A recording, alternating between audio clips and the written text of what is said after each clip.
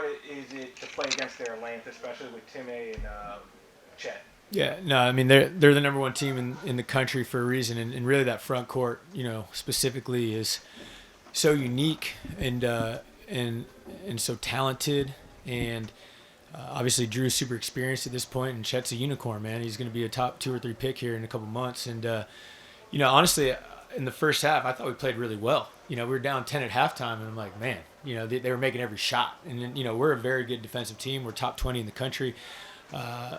Efficiency-wise defensively, and we just really couldn't disrupt their rhythm offensively in the first half. And I think they were 7 for 10 or something from 3 in the first half. They made it, every shot, and really just kind of stretched us out, spread us out, and then they started getting us in the middle ball screen. But we were down 10 at half and felt like we played pretty good.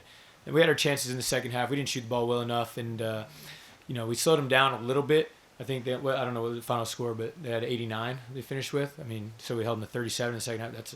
It sounds like a hell of a job to me. But they're a great team.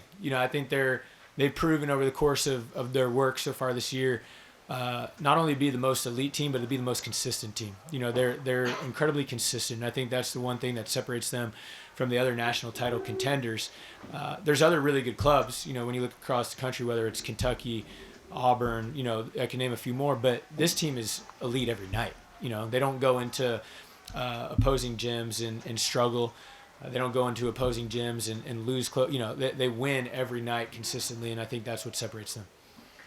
One regular season game left in the WCC tournament. It's that time of year where everybody's kind of looking at bracketology and all that stuff. How do you guys feel about your outlook as Selection Sunday comes up in a couple weeks? I feel great about it right now, to be honest. I mean, if we were judging these teams equally off their body of work, I think we're comfortably in at this point. We have 8 quad 1, quad 2 wins, 4 quad 1 wins right now. We're top 25 in the net, top 25 in KenPom, 18 in Bart Torvik. Our KPI is good. I mean, every metric that you can point at points to an 8 or a 9 seed at this point. So I feel very comfortable about that. What we need to do, though, over the course of the next couple of days to end the regular season as well as in the conference tournament is just take care of business. I think that's the biggest thing. San Diego game on Saturdays, that's going to be a tough game, man. I remember back when I was playing at St. Mary's in 2005, we had to go down and win a game at San Diego to stay alive and to go to the NCAAs. And, it's they're not a top 5 team in the league right now, but they've won 7 games. They understand. They have good old players. And that's going to be a super big challenge, just like Monday was at Pacific. Even though we played great, that was a tough game going into it. I expect Saturday to be similar. And then when the conference tournament goes, it all depends on seeding and everything. It's too early to tell. But, we have 22 wins. All our metrics are good. 4 quad 1 wins. A lot of high major teams that are in the mix can't say that. So I feel very good about our NCAA prospects right now. How's Khalil? I think he might have broke his nose. I went down and tried to catch up with him super quick before coming up here, and he was getting stitched up. But Khalil he's just a great kid, man. He's so tough. His energy's infectious. I could go down the line. He's one of my favorite guys to be around and to coach. And if he's able to play, he'll be out there on Saturday or in the conference tournament. Hopefully. We could reset it. Hopefully the stitching works out well. And, whatever is in his best interest is what we'll do for him. And if he's unable to play, how does that change your attack and what you do? Yeah, I mean, it'll change. Obviously, he's a pretty important piece to our team. I think we'll be fine. We'll survive. We'll just have to change a little bit if he's out. And it's too early to tell, to be honest, and I haven't thought about it enough yet. So I'll have a better answer for you on that tomorrow. Honestly, I think it was just a basketball play gone wrong. I don't think it was anything intentional. Nemhard's a great kid. He's a great player. And, I think we did a good job trapping him and getting into space. He was trying to get open, trying to create some separation for himself. And the reason why it became an F1 is because he went above, you can clear your space low, but he went high to clear his space and caught Khalil. And again, it was a play that can happen in a basketball game, I should say.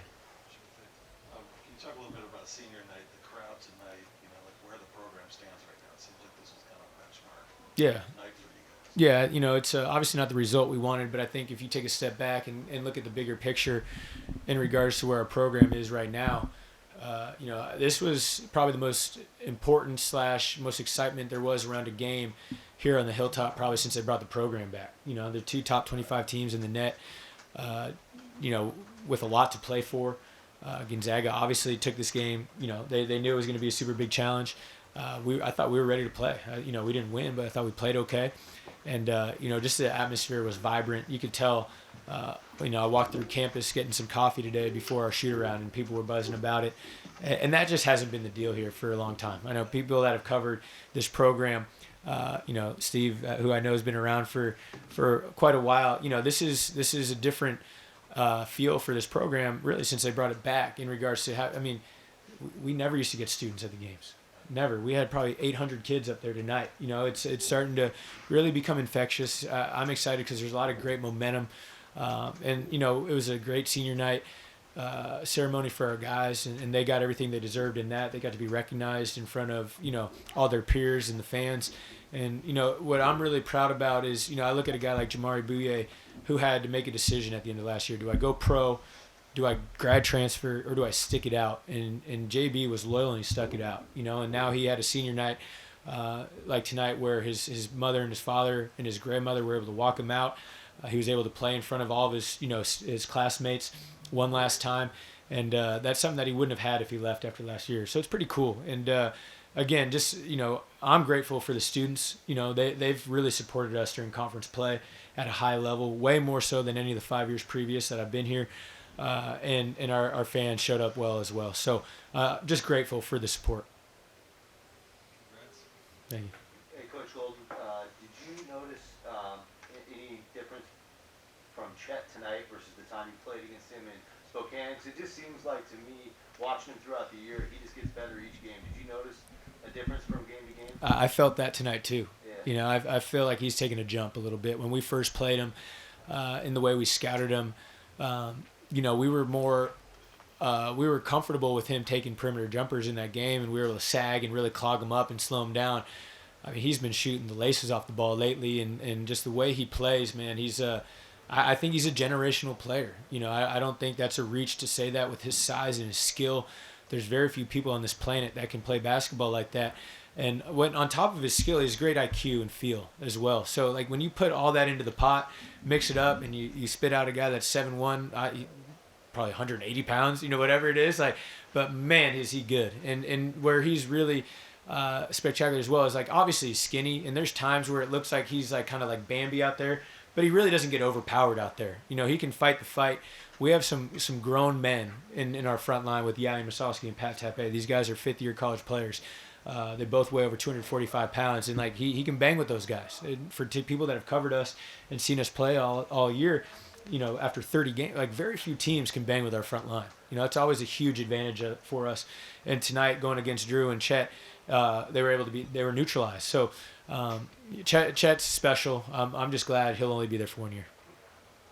Last question, Coach. So with a couple guys on the roster, Vladimir, of course, from the Ukraine. Yeah. And a couple of guys, of course, from Belarus. Yep. Just wondering if that's having the impact with the recent news of the war. Just wondering if that's affecting the team emotionally, or maybe making guys even closer. I think I know our team for sure is tighter, and they're supporting Vova specifically. I think it's a little different for him than Dima and Yayan, just because it's his country that's under attack, right? And Vova is an awesome kid. His father's in law enforcement in the Ukraine. He's, going to be involved in what's going on. And I think there's a weight on his shoulders that, a lot of people, they don't see it. They can't understand it. And obviously, if we could take a step back and put ourselves in that situation, what would we feel, right? I can only imagine what he's going through and the way he was able to just walk through today and be ready to play. And for a 21, 22-year-old kid, to be able to do that, I think it speaks volumes for him. And like I told him, I talked to his mom last night, talked to him a bunch today. We're here to support him in whatever he needs. I don't know what the answer is on that. Obviously, sending him home isn't the answer. But continuing to provide support for him here is the best we can do. And that's what our program's all about anyway. So it kind of naturally happens. Todd, along those lines, I just came from speaking to him, and he said it was tough to even get ready for a basketball game today. And can you imagine just? No, I can't. I think it's it's an incredibly unique situation that, as a head coach, I haven't had to experience anything like it before. And, obviously being Jewish and understanding the conflict in the Middle East and everything that goes on, I think there's a lot of things that happen outside of the United States that a lot of people don't have a great grasp on what's going on. And I think this is definitely one of them, right? I mean, this is, Ukraine is legitimately under attack. And that's something that, he's 12 hours away too, right? So like his family's there. And there's nothing he can really do from here to help, which I know probably bothers him. But again, I struggle with it because I'm not sure what more I can do to help him, but we will be here for him in any which way we can to make him feel comfortable or to help him feel supported. His sister's 11. You talked to his mom, and what was that like for you? We just exchanged messages on Facebook, and I just wanted to make sure she knew that we were thinking about them and that we would support Vova here in whatever he needed, and she was very grateful for that. And she just kind of explained to me what was going on and that they were their city was under attack. They were able to get some airplanes out of the airport, which was beneficial for them. But again, like his father's involved in law enforcement. Like he's going to be in the mix, so to speak, if things aren't able to settle and if tension stays strong. So, I'll be praying for him and his family. I'm sure, all the guys in the program and the staff will as well. And, hopefully we wake up to some better news tomorrow. Any more questions for Coach? You don't have any tonight? No. Okay. Fair enough. Todd, the defense, Gonzaga's defense to start the second half Yeah. seemed like they took it up a notch. Yeah, I thought so. I thought we had a couple looks though too that, we shot the ball pretty dang well. I don't have the stat sheet in front of me. Let me see if this one is it. But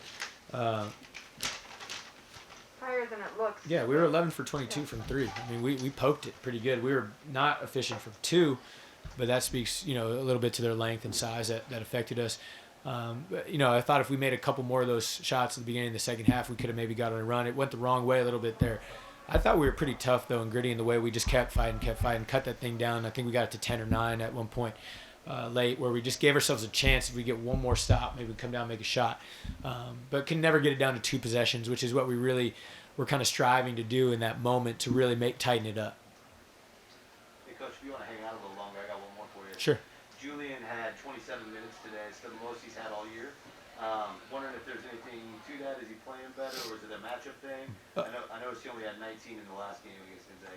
Yeah, he's playing a lot better, to be honest, more complete, I should say. And he's proven to be a good offensive player against certain teams at the Division I level.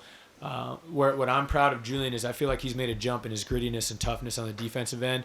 And I thought his effort in the first half on the defensive end was just great. He did a really good job of staying with Strother, staying with their wings, and his size was effective.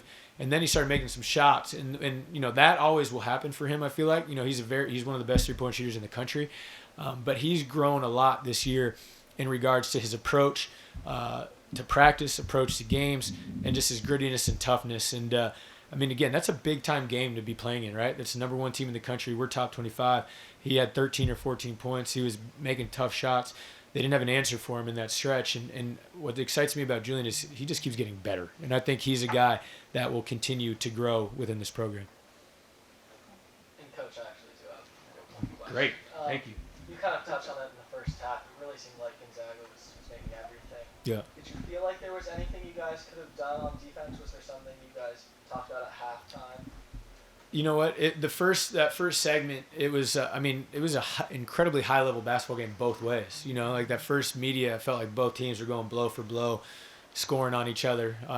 Could we have done some different things? We have to find a way to just knock them off kilter a little bit, to get them out of their comfort zone.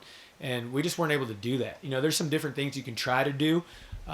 We've been able to do it in the past a little more than we were able to do it tonight. But at a point, especially against a team like them, you just got to tip your cap a little bit. They're making every shot. Like, even if they're wide open, you don't have to make every shot. They were making every shot in that stretch. And I felt like if we could withstand that, we'd be all right. We did for a little bit. We kept it close, and then they kind of got away from us at the end of the first half. But, again, number 1 team in the country.